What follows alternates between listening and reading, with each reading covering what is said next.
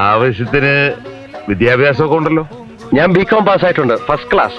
ഇനി ഈ കോൺഫിഡൻസ് കൊണ്ടൊന്നും യാതൊരു കാര്യമില്ല. എന്താന്നല്ലേ, യുഗത്തിൽ നാളെ എന്ന് പറയാൻ പോലും സേഫ് അല്ലാത്ത ജോലികളാണ് പലതും. ഇന്ന് ഓൾമോസ്റ്റ് എല്ലാ ഫീൽഡും റീപ്ലേസ് ചെയ്യാൻ കഴിയുന്ന അവസ്ഥയാണ്. പക്ഷെ ഒരു ഫീൽഡ് മാത്രം ഒരിക്കലും റീപ്ലേസ് ചെയ്യാൻ പറ്റില്ല.